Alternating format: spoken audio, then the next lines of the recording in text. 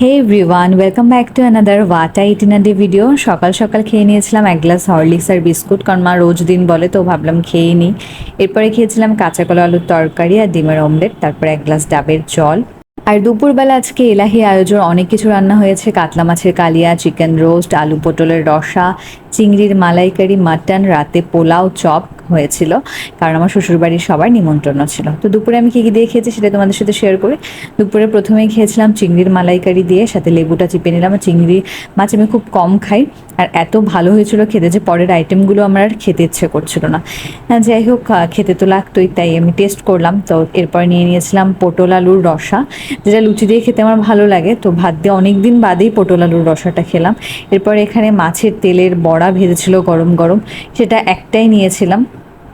তো এটা একটু পোড়া পোড়া লেগে গেছে, কিন্তু খেতে ভালোই ছিল। মা আবার আমাকে মাছের মাথাও দিয়েছিল।